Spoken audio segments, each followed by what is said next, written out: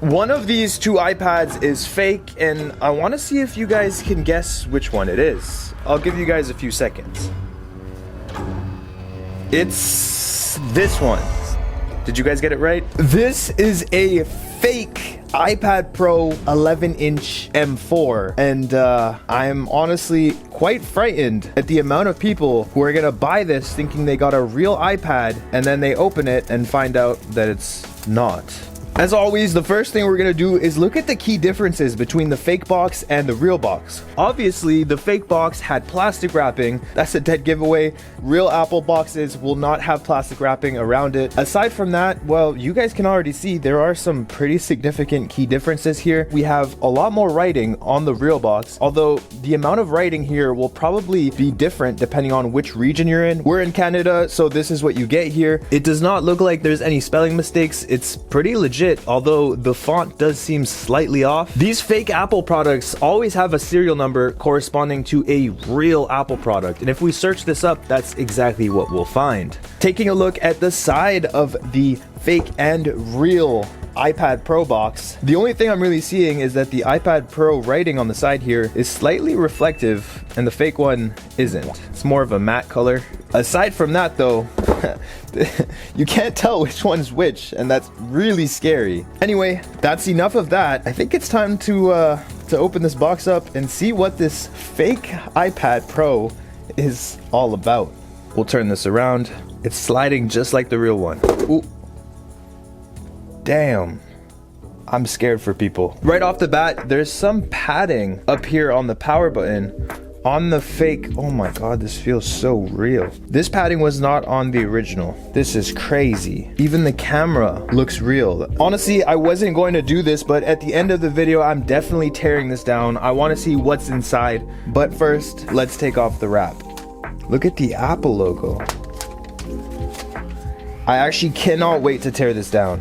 It is so much thicker than the real one, but I'm kind of at a loss of words right now. The front camera definitely looks a little bit strange. Pretty sure it's supposed to be over here. Kind of a dead giveaway, honestly. Why did they not put the camera here? The pins on the back also look pretty real, but before we continue, let's see if channel sponsor ESR's Shift Series case fits this fake iPad. It does not, but it does enhance the experience of owning the real one. This case has 9 adjustable angles, meaning you could pretty much use the device however you'd like and always have it in the position you prefer. These iPads are also expensive, so protection is very important, and this Shift case does just that. When you're done using the device, you smack it in, you flap it over, you turn it around, and you even have a little pocket here for your Apple Pencil. It's extra sturdy and protective, but if you're looking for some more protection, you should grab their screen protector. It comes with a military grade protection, 110 pounds of impact resistance, and an applicator for easy installation. Click the links in the description or the comments and check them out.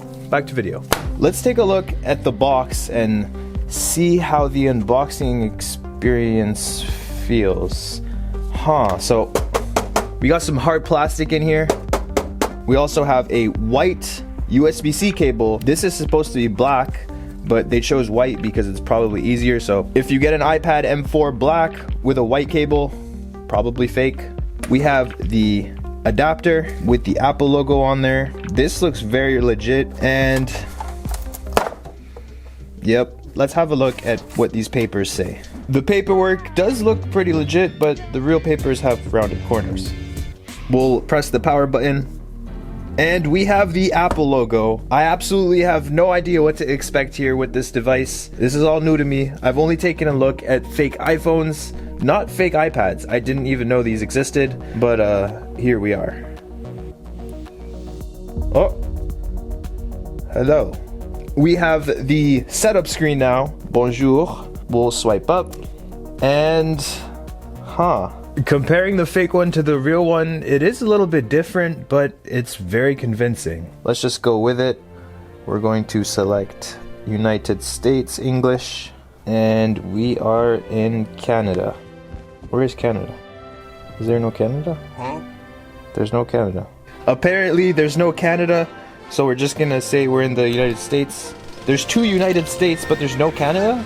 United States, United States. Where's Canada? What the hell? I guess we're in the United States. Set up manually. So far, this is all looking pretty legit. I'm not really able to find that many quirks. The time is always off. I don't know what it is, but they can never get the time right. We'll hit continue. This actually seems a lot more responsive and faster than the fake iPhone. They're likely using a whole different chipset, which we will uncover in this video by downloading CPU-X, but we're gonna have to go through this first. I'm actually kind of speechless. This feels like I'm setting up a real Apple device, how smooth this is. Keep your iPhone up to date. I mean, there's some quirks. Keep your iPhone up to date. Obviously not an iPhone, but that's fine. They even have little animations going. All of these prompts and buttons I'm clicking don't actually do anything at all. It's just for show. Like if I hit share with Apple or don't share, it's not gonna make a difference. It doesn't care. Welcome to iPad. Whoa.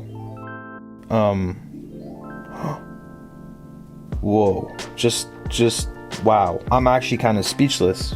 This is the smoothest fake Apple product I have ever used. Genuinely. It's actually like responsive. The touchscreen is nice. There's no like dramatic lag. That's actually insane. We'll head to settings. And as always, I want to see what it says in general and about. Okay, this looks very legit. It says it's an iPad, 11-inch M4. It has the model number, it has the serial number, it has the limited warranty. For some reason, this just looks a lot more legit than the fake iPhones. I don't know what it is, it just feels better for some reason. The capacity says that it's 1 terabyte, which we'll probably be able to verify later. I think this device only has about 16 gigabytes of storage. It doesn't have that much. My editor actually caught something. He noticed that the serial number is wrong on the box versus the actual iPad. The serial number on the box says M627D. You get the point. On here, it says CDPFQ435YC. That's definitely a dead giveaway. If someone's trying to sell you an iPad and the serial numbers don't match, it's probably fake. I've been playing around with the device a little bit, enough to download CPU-X and Genshin Impact because a lot of you guys play this game. Also, before we continue, I think I owe you guys an apology. I reviewed the footage of the initial setup and for that I'm truly sorry. If you guys could please forgive me by hitting the like button and subscribe to the channel, I would greatly appreciate it, and I promise not to flip you guys off anymore. Let's go to CPU-X and let's see what kind of chipset this device is running, because it's definitely faster than any fake device I've ever checked out before. The CPU is an octa-core 2 GHz MediaTek 6762V/CB. That's a Helio P22. This device is smooth, and I'm not just saying that. It's actually very smooth. It says that it has 6.3 gigabytes of free RAM, but it only says it has 4 gigabytes of total RAM, so a lot of things aren't gonna make sense here. Somehow they managed to spoof CPU-X. Like you can see, it says hardware Apple A17 Pro, which, you know, is obviously not true. And over here we can see it says it has 64 gigabytes of storage and about 19 gigabytes free. Let's go to the battery, and the battery says doesn't say that much actually. We are operating at a 25-degree temperature. A lot of the sensors in this device are completely spoofed. They're made to seem like they work, but they don't, and you're about to see what I mean in just a second. Like, there probably is no temperature sensor inside. It's just stuck at 25 degrees. We'll hit sensors. Now let's show you guys what I mean. So if I hit, sorry, almost flipped you guys off again. If I hit accelerometer, look, it's spoofed to just rotate between a specific set of numbers so that it seems like it's working, but it's not. Orientation sensor not available. Magnetic sensor not available. Proximity, max range 1 centimeter. Yeah, I doubt there's a proximity sensor. Light, doubt there's an ambient light sensor as well. Like, all of this just doesn't work. Gravity, temperature, pressure. Oh, hello? Hello? Okay, the device restarted. This is the issue with fake devices. You guys keep asking, oh, where do you get them, blah, blah, blah. But you don't actually want them. They're buggy. They don't work all the time. And sometimes when they turn off, they actually just don't turn on. That's happened a few times, so something to be wary of.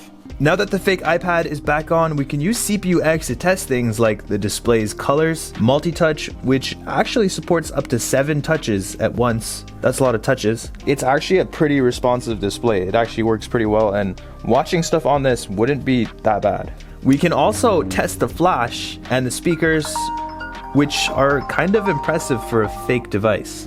It's time for the real performance test, Genshin Impact. Launching the game is really slow, but once it all loads up, well, this is what it looks like.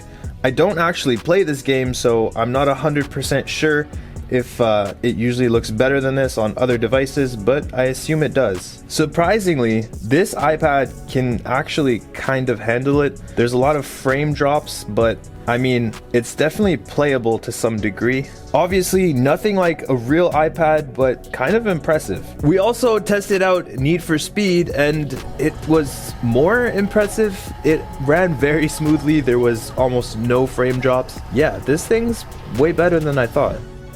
They obviously put a lot of work into this fake iPad, not gonna lie, but one thing I've been really curious about is whether these pins work and you can actually connect to accessories with them. So if we pull out a real iPad, one way to check if it's working, we can actually use a multimeter and we can connect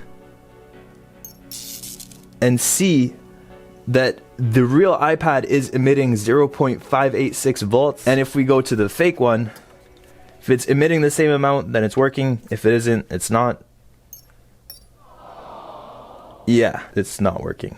Before we tear this thing down and see if it looks like a real iPad on the inside, it's time to check out the cameras. So on the camera app, we actually have the 0.5 camera option, and obviously we don't have that camera on here. There's only one here. They're obviously just using the fake iPhone software on the iPad, but there's only one way to find out if these cameras are any good. We'll go outside and test them out for ourselves, comparing it to the real iPad.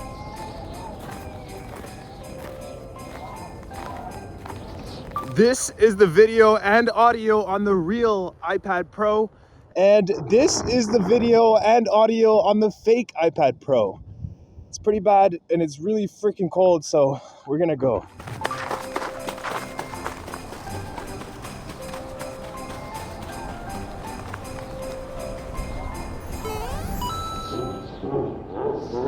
We're tearing this thing down, and if it's anything like the real iPad, you just slap a suction cup on and you should be able to pull up on the screen, apply some alcohol, and pry with a prying card. There's a bit of adhesive here, so we have to use a knife to kind of cut it off. I finally have all the adhesive off. Let's go ahead and open it up. It opens very strangely. There's a lot to look at here. So it looks like we have our main board up here, 2 loudspeakers, the front camera. Oh, we have a microphone over here on the side, and is that a cutout? Strange. So they have sort of a cutout, and I believe this is where the camera would go if they tried to copy the original layout. We also have a metal shield over the battery. I'm gonna unscrew this in a bit to get to the bottom of what exactly is going on. What the hell is that? We also have an amazing soldering job here on the battery. 1 loudspeaker at the bottom here, and we have 1 missing despite there being screw holes for another one. And then we have the SIM card tray here. Let's check out why this shield is here, because I can't see the battery from here. Maybe they're hiding how small it is. Now we can remove the shield and unveil half of a battery. What was supposed to go here? This is the weirdest fake device I've ever seen. So the battery has absolutely no writing on it. I was hoping to see how big it was based on the writing on it. What a weird teardown, and what a weird layout for a device. So much unused space. And have you guys hit the subscribe button yet? Because if you enjoyed this video, you should. That's about all we're doing for today. Thank you so much for watching. I'll see you guys in the next one.